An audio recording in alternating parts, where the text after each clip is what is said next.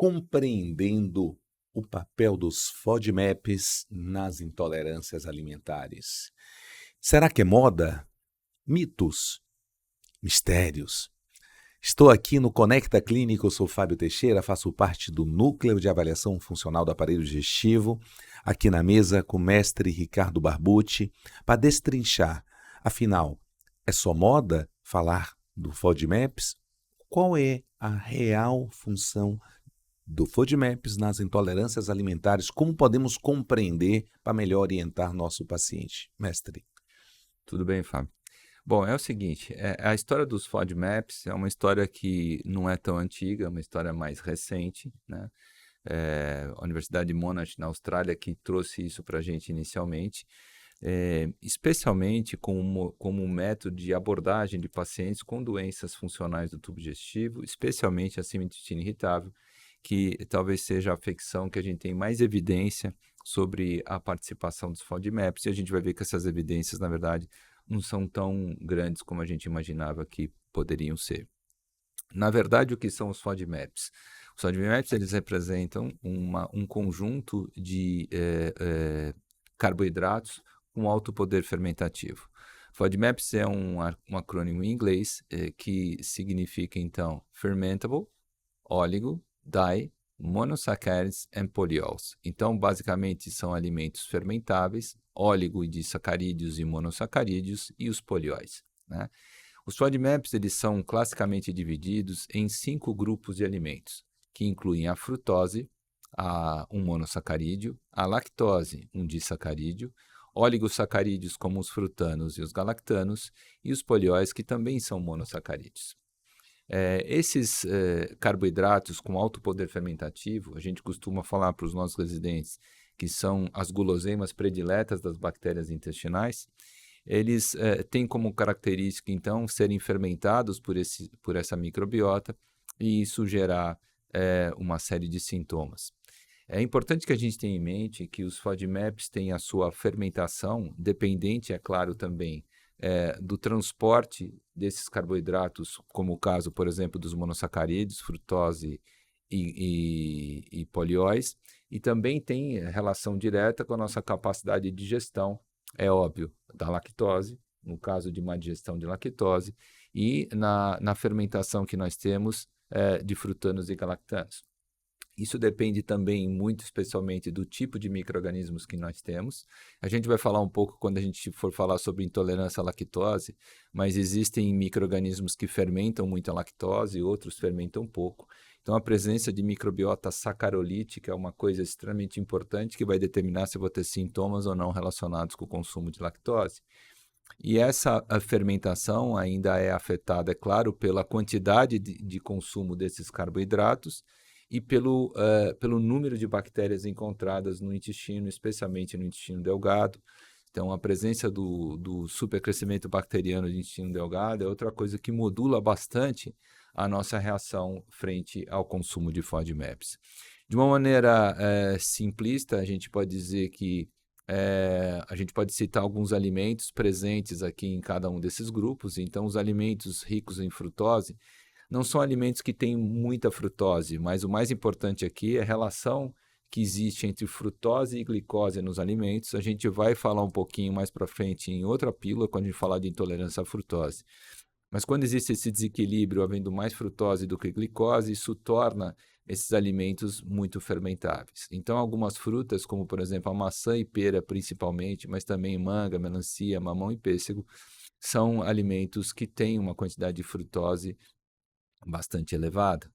Adoçantes usados na indústria alimentar, especialmente, então, podem ter presentes frutose. O próprio xarope de milho é frutose pura, mas, sem dúvida, o alimento que mais contém frutose, vamos dizer assim, por miligrama, é o mel, que é basicamente frutose somente. Uma coisa interessante da gente mencionar também é que praticamente todos os sucos concentrados disponíveis, por mais naturais que sejam, eles têm como base o suco de maçã e, portanto, esses sucos industrializados acabam tendo um poder fermentativo bastante importante para aqueles pacientes que têm problema com frutose. Lembrando aqui que a história do supercrescimento bacteriano nessa coluna e nessa parece ser extremamente importante, a gente vai mencionar isso mais para frente em outra pílula. A lactose, como vocês sabem, é um disacarídeo formado por glicose e galactose que tem a sua digestão dependente da produção de uma enzima, beta-galactosidase, que permite então com que a glicose e a frutose sejam a glicose e a galactose sejam absorvidos pelo nosso intestino.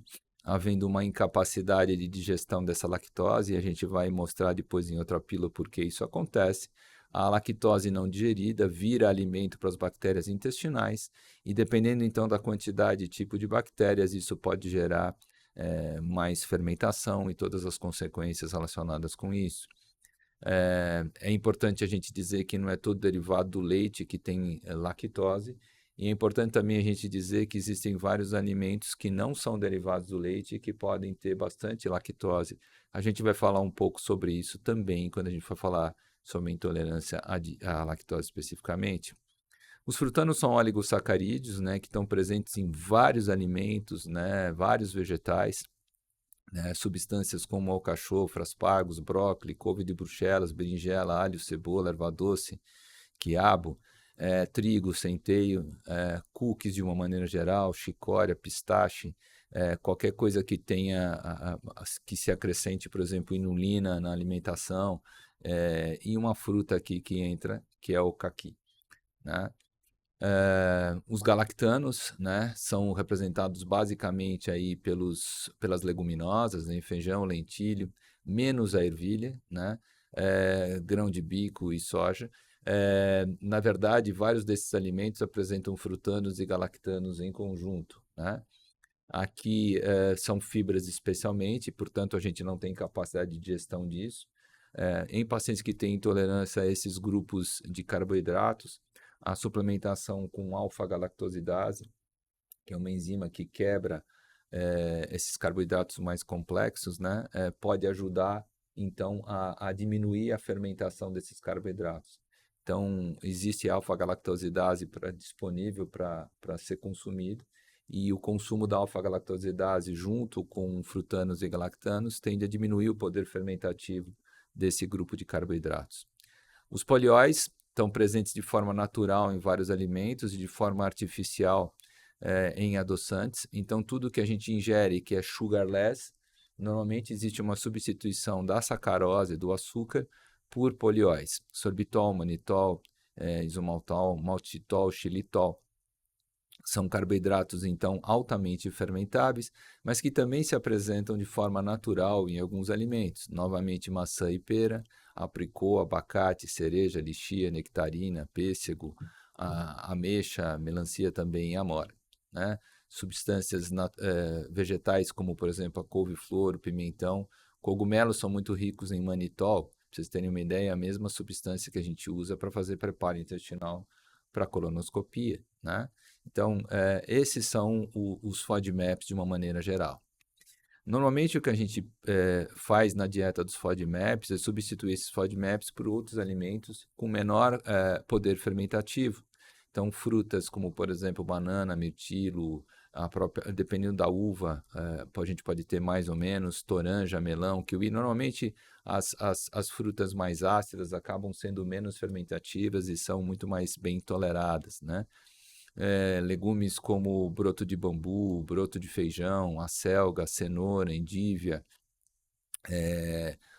vegetais como alface, azeitona, abóbora, salsão, etc., batata, podem ser utilizados para substituir os outros vegetais que têm alto poder fermentativo.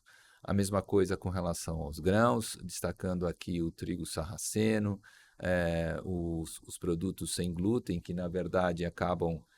o importante aqui, na verdade, é o trigo, até o trigo integral, que é o mais fermentativo, né? Arroz, aveia, milho é uma coisa que pode ser utilizada também. Entre os lácteos, então, a gente vai usar os produtos pobres em lactose, ou então os derivados do leite mais fermentados, como, por exemplo, os queijos mais caros, né? São pouco a quantidade de lactose presente é bem menor, a gente vai falar isso mais para frente. E outros alimentos como tofu, adoçantes como a sucralose, especialmente o maple, se apresenta como um método interessante de adoçar alimentos, sem que a gente tenha um incremento do poder fermentativo. Então, a dieta dos FODMAPs, ela normalmente se inicia com a restrição de todos os alimentos do slide anterior por um período limitado. Normalmente a gente vai fazer isso por 6 a 8 semanas e a partir daí a gente passa por um processo de adaptação da dieta ou de personalização da dieta, em que a gente então vai reintroduzindo um alimento por vez até a gente entender quais são os alimentos que de fato fazem diferença para o meu paciente. Repetindo, se quem está vendo essa pílula olhar as pílulas anteriores, né, vai entender o porquê da necessidade dessa personalização e por que uma dieta não necessariamente vai trazer o mesmo resultado para todos os pacientes. Mas, basicamente, os FODMAPs são, então, carboidratos com alto poder fermentativo, e esses carboidratos não digeríveis ou não absorvidos, eles levam, então, um aumento da osmolaridade a nível de intestino, que pode atrair água para esse intestino, diminuir a consistência fecal e gerar diarreia, além de serem, então, fermentados pela microbiota, e aqui a gente tem diferentes tipos de micro-organismos, diferentes quantidades de micro-organismos que podem levar à produção de vários tipos de produtos, com destaque aqui, então, para a produção de gases. Novamente, se a gente tiver uma microbiota mais rica em arqueias, eu vou ter maior produção de metano e a tendência aqui é evoluir para a constipação, enquanto que em bactérias produtoras de H2, de hidrogênio ou de H2S, a minha tendência é ter diarreia. Esses gases produzidos, eles distendem o intestino, isso gera cólica, desconforto, mal-estar, né? E também existe toda a parte benéfica desses alimentos com alto poder fermentativo, que é justamente a capacidade de produção dos ácidos graxos de cadeia curta, que a gente já mencionou em pílulas anteriores. Ácidos graxos esses que são extremamente importantes para manter a atrofia intestinal, especialmente do colonócito, com destaque aqui para o butirato especificamente. São capazes de diminuir o pH intracolônico e, portanto, impedir a proliferação de bactérias mais patogênicas, né? Além também de poderem interferir na pressão osmótica a nível de intestino. Os ácidos graxos de cadeia curta, eles interferem diretamente na função imunológica do intestino, interferem diretamente na nossa função cognitiva, inclusive modulando a permeabilidade da barreira hematoencefálica e a produção de BDNF e NGF pelo nosso sistema nervoso central, como a gente já mencionou também em pílulas anteriores. Tudo isso aqui interfere diretamente na motilidade, na sensibilidade visceral, na imunidade, na permeabilidade intestinal e nas secreções intestinais, se relacionando diretamente com vários tipos de sintomas encontrados em algumas doenças, especialmente aqui falando da síndrome do intestino irritável. E esse é um slide que resume tudo que a gente mencionou no slide anterior, mostrando então a capacidade que nós temos de produzir gás secundários à fermentação desses FODMAPs. Isso leva à distensão abdominal. Distensão abdominal essa que é percebida por mecanorreceptores a nível de intestino, e mecanorreceptores esses que se comunicam diretamente com o eixo cérebro-intestinal, podendo interferir então diretamente nesse eixo e no nosso organismo como um todo. Entretanto, parece que quando a gente fala especificamente de FODMAPs, parece que a bala de prata foi descoberta, né? E em todos os nossos pacientes, então, com intestino irritável, especialmente, nós vamos tirar os FODMAPs e está resolvido o problema.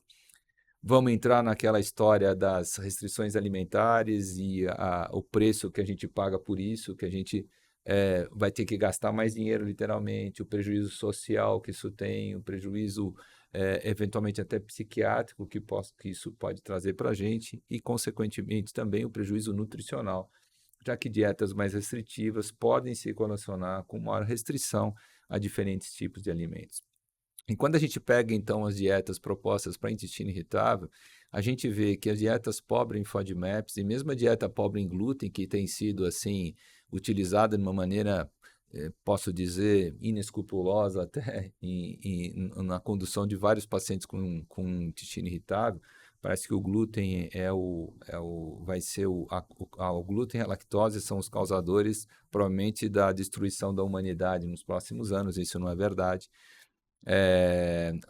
O grau de evidência que nós temos relacionados com esse tipo de dieta na condução de pacientes com intestino irritável, de fato, não é grande, né? Então, é importante que a gente sempre volte a mencionar que a gente individualize e personalize a dieta para cada um dos nossos pacientes. Aproveitando aqui um pouquinho também falar sobre os aditivos alimentares, né? A gente fala que os alimentos industrializados, eles são prejudiciais à saúde, de fato são. Aqui a gente vê diferentes tipos de aditivos e de adoçantes utilizados e a capacidade que esses aditivos e adoçantes têm em modificar a nossa microbiota. E essa modificação, ela pode ser de fato para o mal, né? Pode levar uma microbiota não adequada para a gente. Uma microbiota não adequada pode se correlacionar com vários tipos de sintomas, tanto intestinais quanto extraintestinais. Isso é um dos motivos pelos quais a gente deve evitar, de fato, alimentos mais processados, mais industrializados, preferindo os alimentos mais naturais, sejam vegetais ou mesmo proteínas de origem animal, que a gente sabe que também trazem benefício para a gente em vários aspectos da nossa saúde.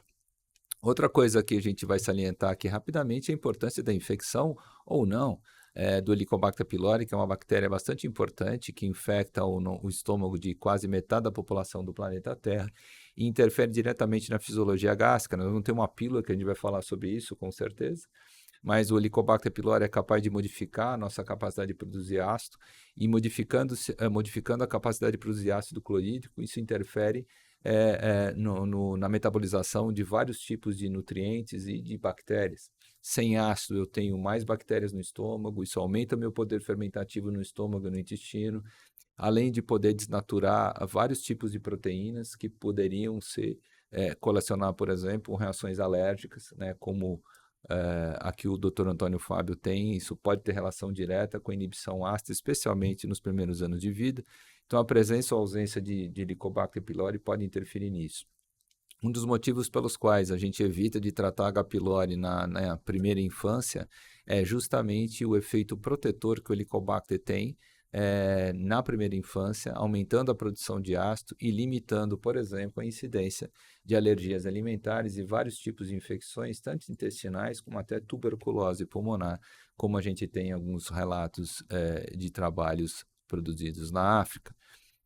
Então, a presença, o uso excessivo, por exemplo, de antissecretores, especialmente os mais potentes, né, como, por exemplo, os inibidores competitivos dos canais de potássio, pode interferir diretamente na microbiota gástrica e na microbiota intestinal, gerar, inclusive, distúrbio dessa microbiota, desequilíbrio e interferir diretamente, por exemplo, na intolerância às FODMAPs e outros alimentos.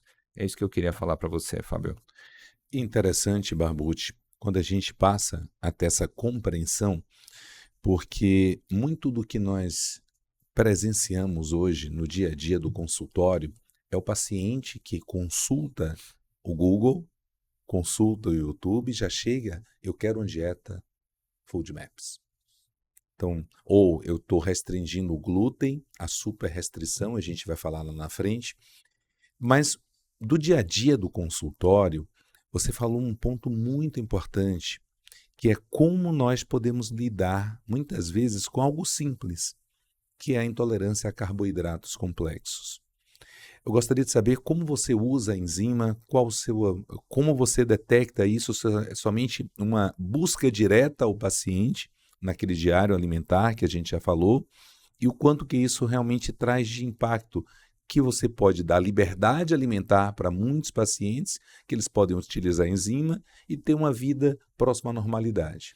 A gente acha que a gente tem que usar as enzimas justamente para dar qualidade de vida para os nossos pacientes. Então, quando a gente fala em FODMAPs, especialmente quando existe intolerância então, a frutanos e galactanos, em que a gente sabe que a presença de rafinose em vários tipos desses alimentos está relacionado com o aumento do poder fermentativo e gênese de vários tipos de sintomas. Nessa situação, a suplementação por exemplo, com alfa-galactosidase, eu acho bastante útil em garantir um equilíbrio nutricional melhor, e especialmente garantir uma melhor qualidade de vida, fazendo com que nossos pacientes possam, na verdade, comer o que eles gostam de comer, né? Então, as enzimas especialmente devem ser utilizadas para isso. E, é claro, menos restrição, menor o poder, menor a chance desse meu paciente desenvolver algum desequilíbrio nutricional, né? Além do efeito que a gente já mencionou também em pílula anterior, hedônico da alimentação, ou seja, do prazer ou desprazer de ingerir determinados alimentos. Isso, querido colega clínico gastro que está conectado nesse programa conosco, nessa jornada pelas intolerâncias alimentares, o quanto que o diário alimentar, o quanto que a interface, que uma boa consulta, uma boa anamnese vai fazer com que o paciente tenha uma compreensão do momento que está a dieta na vida dele, o quanto que é impactante e o quanto que ele leva de sentimento e o quanto que isso pode ter de sobreposição com outros sintomas, com outras síndromes que a gente vai trazer lá na frente.